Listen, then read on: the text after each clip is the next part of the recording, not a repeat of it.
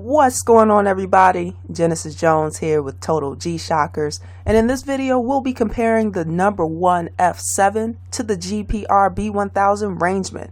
Now this was a question from AI Surfer, who left a comment on one of the videos asking for me to give my opinion on the GPR Rangeman versus the No.1 F7 watch.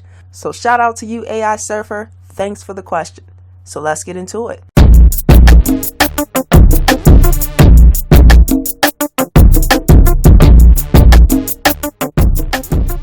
So again, I want to thank AI Surfer for asking this question. I was so excited to get this video out to you, so let's get into it. So here's what I think about the No.1 F7 and the GPR-B1000 Rangeman, and I'm going to rank them based on 4 categories. Number 1, design. Now, a well-known Chinese manufacturer of smartwatches, the F series of the No.1 watch is designed as rugged models for active users like people into sports and outdoor activities. The No.1 F7 features 4 physical buttons and comes in 2 color options, all black and gray color patterns. It has a 24mm OLED color display that is designed to be both drop proof and pressure resistant. It's surrounded in a thermoplastic polyurethane case and a steel frame which is attached to a silicone and steel strap buckle. And because it is a durable watch, you don't have to worry about it being susceptible to elements like water and dust.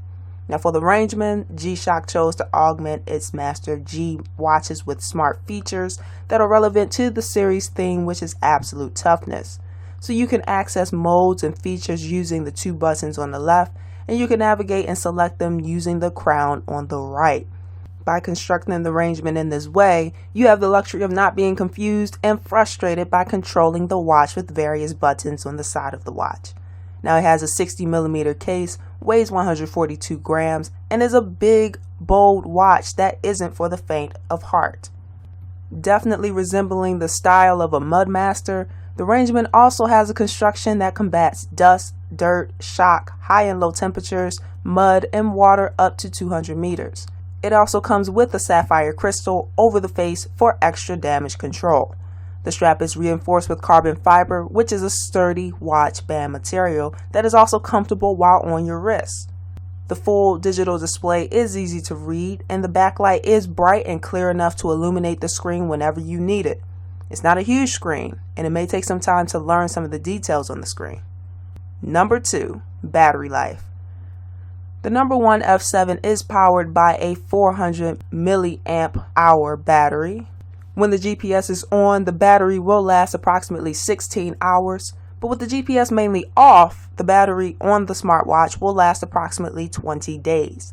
When it's time to charge, use the USB to dual pogo pin cable to charge the F7. Now for the GPR Rangeman, it of course has solar power.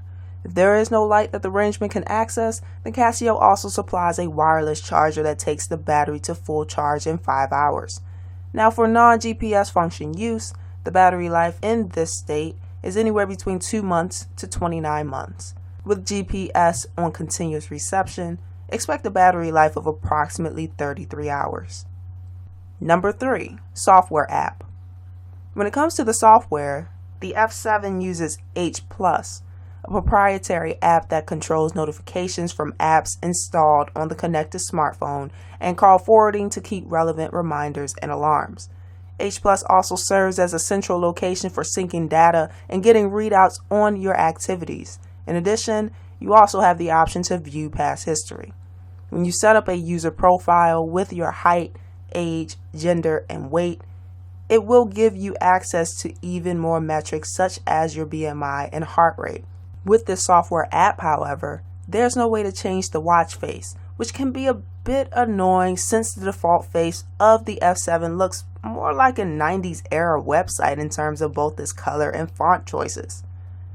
Now the G-Shock connected app is visually attractive, and all the main features of the watch like alarms, world time, and moon and tide data can be set up through it.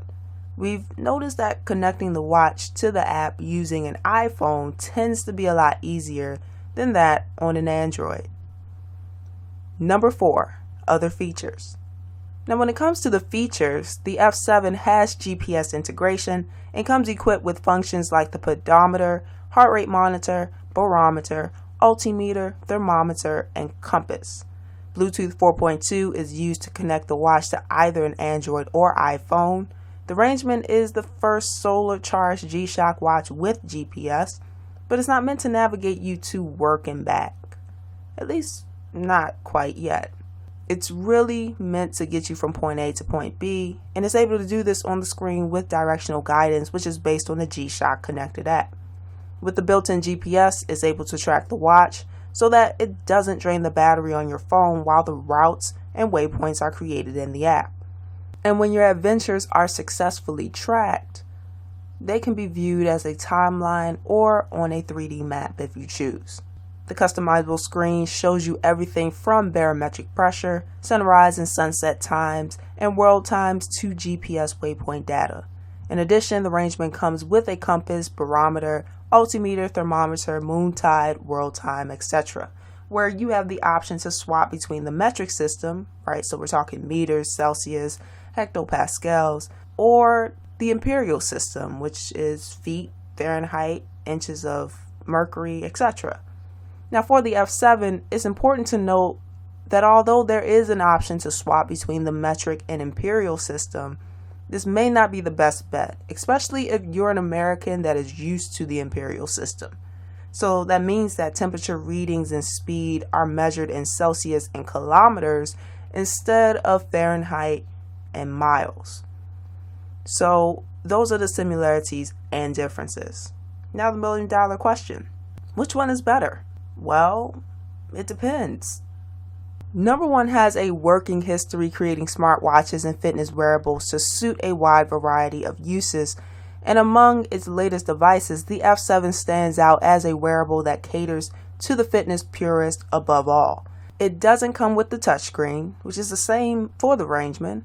Now weighing 180 grams and priced in the retail range of $45 to $80 in US currency, the number one F7 may just serve as the perfect entry-level device for those who are new to the fitness wearables world. Each sensor appears to be accurate, the hardware is rugged and sensible, and it includes ABC features and a GPS. Now if you don't mind having a more rugged looking timepiece whose company is built on the toughness philosophy, then the Rangeman is perfect for you. When it comes to battery life, Rangeman, enough said. With the activity tracker, again, it depends. If you're into all of the sports-like tracking, then the F7 works. But if you're not really into all of that, then the Rangeman is better for you. If you want to watch with more smartwatch-like features, like displaying your texts, alerts, emails on your watch, then the F7 is for you. Bottom line, the number one F7 is a great GPS watch, especially for those who are into fitness and who want to capture everything they do. It provides detailed stats on a multitude of activities and also lasts a considerable amount of time on a charge. Now the Rangeman is aimed at outdoorsmen who enjoy nothing more than getting completely lost over the weekend. The Rangeman will simply help you find your way when Google Maps decides it doesn't want to help you that day. And it's a great watch to wear every day if you choose. Now when it comes to the price, Rangeman as of right now has a retail price of $800 in US currency, whereas the F7 has a retail price range from $45 to $80 in US currency, as we mentioned earlier. So these are the things to consider.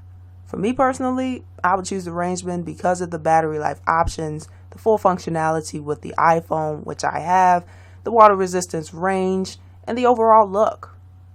Oh, and because it's a G-Shock, I just love the brand's model of survival toughness. I can wear it outdoors or at work.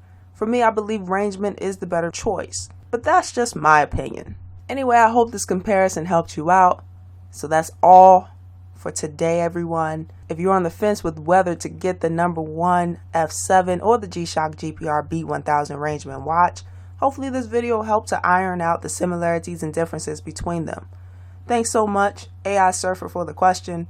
Now, if you have a question or want a specific video about G-Shock done, just put it in the comment section. We'll see it and respond, and we'll be happy to get that video out to you if you request it. Now, if you like this video, give it a thumbs up. Also, if you didn't like this video, give it a thumbs down. All I really care about is making sure I'm dropping valuable content that will help you out.